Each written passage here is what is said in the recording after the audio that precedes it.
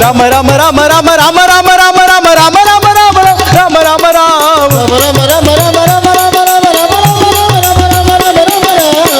जय सिया राम जय जय सिया राम जय सिया राम जय जय सिया राम जय सिया राम जय जय सिया राम जय सिया राम जय जय सिया राम जय सिया राम जय जय सिया राम।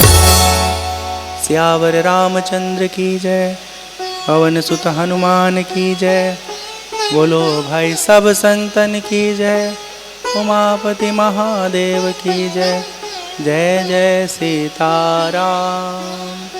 गंगा मैया की जय, अपने अपने माता पिता की जय, श्री सद्गुरुनाथ महाराज की जय, जय जय राधे श्याम। सती जी को भगवान राम की कथा, संतों की कथा, ज्ञान की बातें बताते बताते बताते बताते शिव जी कैलाश पर्वत पर पहुंच जाते हैं और वहां पहुंच करके कमलासन पद्मासन लगा करके भगवान भोलेनाथ समाधि में डूब जाते हैं। अखंड समाधि। समाधि एक ऐसी स्थिति है जब वो हमें हासिल होती है ना, तो हमें तनिक भी बाहर की दुनिया का कुछ भी ज्ञान नहीं रहता, भान नहीं रहता। हम पूरी तरह अपने आप में समाये रहते हैं। हाँ।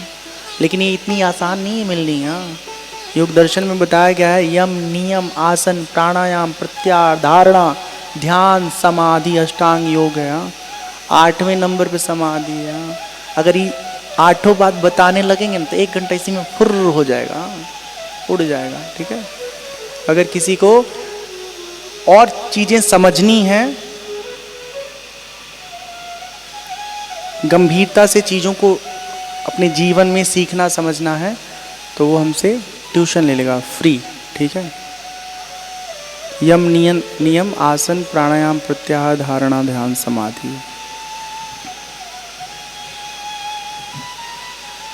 देखिए ये जो कथा है ना, हमारी वाली कथा जो हम सुनाते हैं, उसमें आप सबको मन के उस अवस्था में ले जाकर के छोड़ना चाहते हैं जहां से आपको अपने बारे में जानने की इच्छा प्रकट हो जाए, अपनी कमियों को दूर करने की इच्छा हमारे अंदर उत्पन्न हो जाए।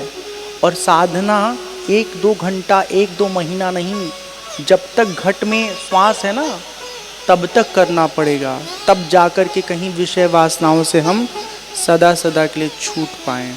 जीवन बहुत ईमानदारी से जीना होगा, बहुत ईमानदारी से। किसी को दिखाने के लिए कुछ नहीं करना है। जो भी करना है इसलिए करना है कि हमारे परमात्मा और हमारी आत्मा इन दोनों को कहीं भी पीड़ा कष्ट ना हो। और इन बातों का अगर ख्याल रख करके जीवन जिया जाए ना, तो जीवन इतना सुंदर होगा कि दुनिया में किसी को भी कष्ट पीड़ा नहीं होगा। भगवान शिव ध्यान समाधि में खो जाते हैं और इधर सती मैया अपना खूब सेवा करती हैं। जो भी शिव जी की सेवा में हो सकता है उनसे, वो सब बड़े ध्यान से करती है। पर मन में वो सोचती हैं कि हमने अपनी ही गलतियों से अपने सबसे प्रिय साथी को स्वयं से दूर कर दिया। सो फलु मोही विधाता दीन्हा, जो कछु उचित रहा सोई कीन्हा। जो प्रभु दीना दयालु कहावा, आरती हरना वेद जसु गावा। तो मैं विनया करऊं कर जोरी, छूटऊं बेगी देह यह मोरी। हे भगवान, अब इस शरीर में ना भगवान शिव से अलग रह करके और हम नहीं जीना चाहते। अगर सच में आप दीन दयालु है ना, दीनों पर दया करते हैं, तो हमको इस शरीर से मुक्त कर दीजिए। धीरे धीरे समय बीतता गया। भगवान शिव अपने ध्यान से बाहर आए। राम नाम शिव सुमिरन लागे, जान्यो सती जगत पति जागे। जाई शंभु पद बंदनु कीन्हा, सन्मुख शंकर आसनु दीन्हा। ऐसा सुंदर जोड़ी है इन दोनों की ना, अद्भुत है। विश्व में, संसार में ऐसा संतोषी जोड़ी आपको कहीं नहीं मिलेगी। भगवान भक्ति में डूबे पड़े हैं, ध्यान में लगे पड़े हैं। जैसे राम राम सुनी है वैसे जाके सामने उनको प्रणाम करती हैं। और जब प्रणाम करती तो भगवान शिव आसन देते हैं, बैठिए महाराज बैठिए, कैसी हैं आप, सब ठीक ठाक है। और फिर कथा सुनाते हैं, खूब सुंदर सुंदर मीठी मीठी कथाएं हैं। इसी बीच की एक घटना घटती है। आसमान में लगातार दिखाई दे रहा है कि कुछ लोग वायुयान से किसी तरफ जा रहे हैं। सती जी शिव जी से पूछती है, सब लोग कहाँ जा रहे हैं। भगवान शिव बताना नहीं चाहते थे, पर बताते हैं कि आपके पिताश्री ने यज्ञ का आयोजन किया है और उसी में शामिल होने सब लोग जा रहे हैं। सती जी कहती हमको भी चलना चाहिए, हमारे पिता के घर में हो रहा है, हाँ? आप भी चलिए साथ में। भगवान कहते नहीं चलना चाहिए। क्यों नहीं चलना चाहिए? यद्यपि मित्र प्रभु पितु गुर गेहा, जाई अबिनु बोले हुन संदेहा। तदपि विरोध मान जह कोई, तहाँ गए कल्याणु न होई। तहाँ गए कल्याणु न होई। मित्र के घर, प्रभु के घर, अपने बाप पिता के घर, गुरुदेव के घर, और भगवान के घर। बिना बुलाए हमें जाने का अधिकार है, परंतु यदि इन जगहों में हमारा अनबन हो जाए, वैचारिक मतभेद हो जाए, झगड़ा हो जाए, कोई कलह हो जाए, तो बिना बुलाए नहीं जाना चाहिए। नीति वचन है। भगवान शिव सती जी को समझाते हैं शिव जी सती जी को कि नहीं जाना चाहिए। लेकिन सती जी कहती हैं जाना चाहिए, हमारा घर है, हमको जाना है। अच्छा आपका जाने का मन नहीं है ना, तो हमें भेज दीजिए।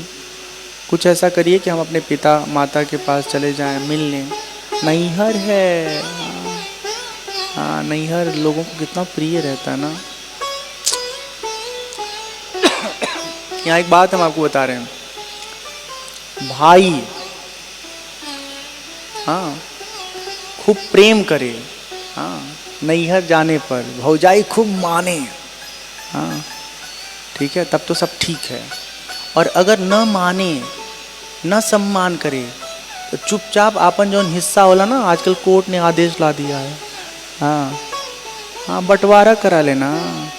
साल में 4 दिन खातिर नैहर आए हैं, ओकरे बाद भी हमें नहीं तू पूछबा और हमारे हिस्सा के जोत जोत के जिंदगी भर खइबा, हाँ ये हम नहीं सही पाएबा। हाँ ऐसे अच्छे भाई भौजाई हमेशा अपने बहन को बहुत मानते हैं, ननद को बहुत मानते हैं, ठीक है। लेकिन कबो कबो कुछ ऐसे भी मिल जाते हैं जो चेहरा तक नहीं देखना चाहते हैं। अगर केहू ऐठे तो फिर करेजा पर चढ़ के नागिन डांस करते रहना चाहिए, ठीक है। हाँ वहीं 2 कमरा बनावे अपन लेके, हाँ वहीं रहे 2 दिन 4 दिन जब जाता।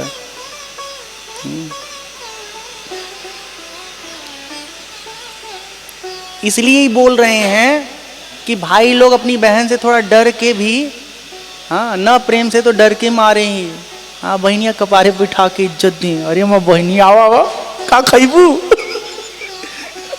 गोलगप्पा रसमलाई सब लेके आई भाई। गोलगप्पा रसमलाई सब लेके आई भाई। हाँ 1 दिन के 2 दिन के तो बाद जौन खा की याद है, अगर बिगड़ जाइए बहुत नुकसान हुई है, ठीक है।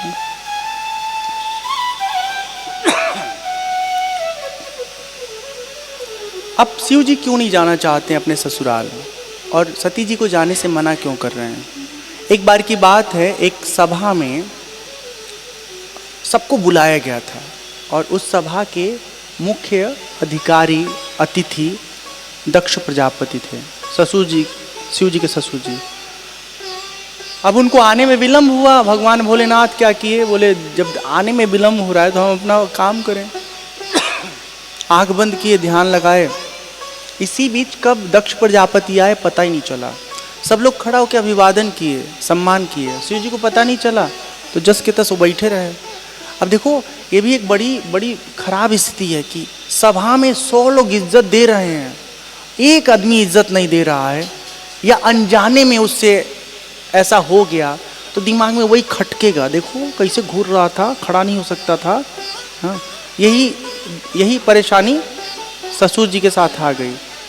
उनको शिव जी से चिढ़ हो गई कि देखो, एक तो हमने इसको अपनी बेटी दिया, उसके बाद भी अपने ससुर का इज्जत नहीं कर रहा है, खड़ा होना चाहिए था इसको, खड़ा नहीं हो, बैठा रहा सभ्य तरह से। अब इस बात को उन्होंने ऐसा अपने दिल में बिठा लिया कि उन्होंने तय किया कि एक कार्यक्रम करेंगे और उसमें इसको नहीं बुलाएंगे, इसको सम्मान नहीं देंगे। और जो ये यज्ञ हो रहा है जहाँ सती जाने की जिद कर रही हैं, वहाँ पे सबको बुलाया है दक्ष प्रजापति ने, पर शिव जी को नहीं बुलाया। इसीलिए शिव जी जाने के लिए तैयार नहीं है। पर जब सती जी जिद करती हैं तो 2 रुद्रगण को सेवा में तैनात करके सती मैया को उनके पिता के घर भेज देती हैं। जब सती जी घर पहुंचती हैं, कोई प्रेम से मिलता उलता नहीं है, सब लोग अनदेखा करते हैं। माता जी बड़े संकोच से मिलती हैं। हाँ, लेकिन सती को तो समझ में आ जा। देखो, कोई भी व्यक्ति हमें जब मिलता है ना, तो मिलते ही समय फ्रीक्वेंसी मैच करती है। हाँ, ये व्यक्ति प्रेम से मिल रहा है या खाना पूर्ति कर रहा है। और आप खूब प्रेम से गए हो मिलने और खाना पूर्ति करें, ऐसा मन कसैला होता है कि हे भगवान, कैसे हम यहाँ आए, काश नहीं आए होते, कितना अच्छा रहा होता, फंस गए अब आके। हाँ, हमको याद आता है, एक हमारा सहपाठी था, उसके बहन की शादी थी।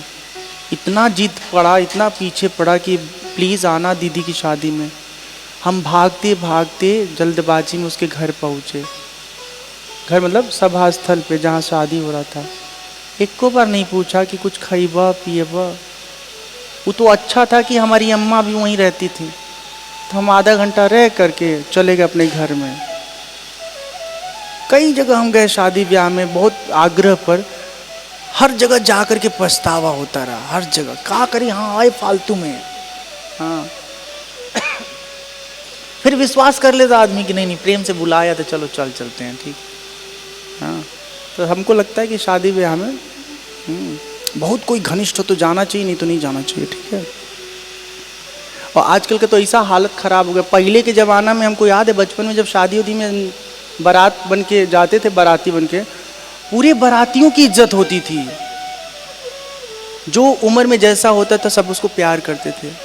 आजकल खाली दूल्हा घर में घुस लें, बाकी लोग खाता पियता सुतता भीगता रहता, कैसे रहता, कुछ फर्क नहीं पड़ता। आपन एक ही रिश्तेदार बा, का था दूल्हा, बस। हाँ, तो जब शादी वादी हो तो बारात में जितने लोग आए हैं सबका पूरा सम्मान करना चाहिए। अभी देखिएगा शिव जी के विवाह में, हाँ, पार्वती मैया आदेश देती हैं अपनी रिद्धि सिद्धि को, हमरे ससुराल से जो कोई आया है बारात में, किसी को कष्ट नहीं होना चाहिए, सबको सुखपूर्वक आप यहाँ सेवा कीजिए, दोनों लोग मिलकर रिद्धि सिद्धि। हाँ,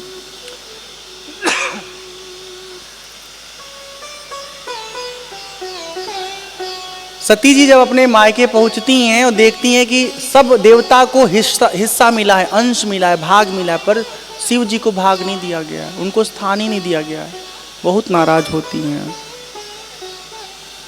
जोर जोर से बोल करके कहती हैं कि हे पिताश्री,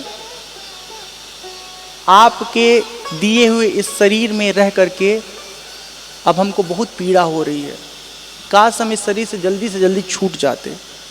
भगवान भोलेनाथ जो सबके हितैषी हैं, परम कृपालु हैं, आप ऐसे नाथों के नाथ का यहाँ तिरस्कार कर रहे हैं, ये बहुत गलत बात है।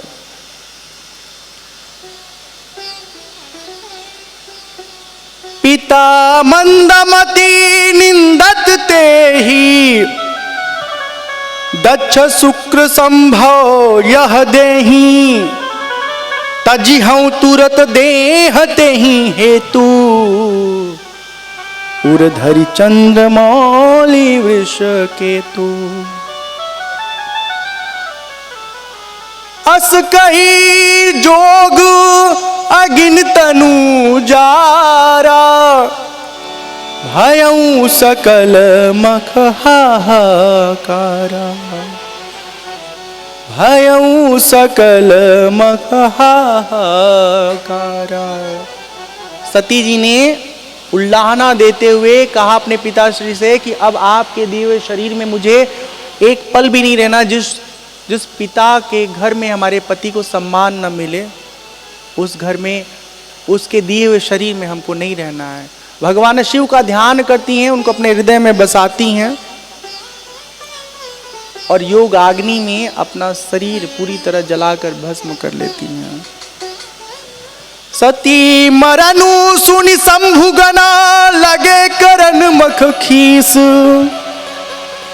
यज्ञ विध्वंस बिलो की भृगु, रक्षा कीन मुनीस। भृगु ऋषि वहां पर यज्ञ की रक्षा करते हैं। जो रुद्रगण सती जी की सेवा में उनके साथ आए हैं, जब देखते हैं सती जी ने अपना प्राण त्याग दिया तो पूरा यज्ञ को तहस नहस करने लगते हैं। भृगु किसी तरह से जो स्थिति है उसको संतुलित करते हैं भृगु ऋषि, और शिव जी से जा करके सब लोग याचना करते हैं, प्रार्थना करते हैं। फिर शिव जी कृपा करके उस यज्ञ को पूर्ण करते हैं। सती जी शरीर त्यागने से पहले वर मांगती हैं। सती मरत हरिसन बरु मांगा, जन्म जन्म शिव पद अनुरागा। वो वर मांगती हैं, भगवान हे भोलेनाथ, हर जन्म में आपके चरणों के प्रति प्रेम हमारे हृदय में बना रहे, बनी रहे। इस तरह का वर मांग करके जब शरीर त्यागती हैं तो सती के शरीर से तो मुक्त हो जाती हैं। ये शरीर त्यागते ही वो हिमाचल की पुत्री पार्वती के रूप में जन्म लेती हैं। बोली पार्वती मैया की जय, उमापति महादेव की जय। जय जय सीताराम, जय जय राधे श्याम।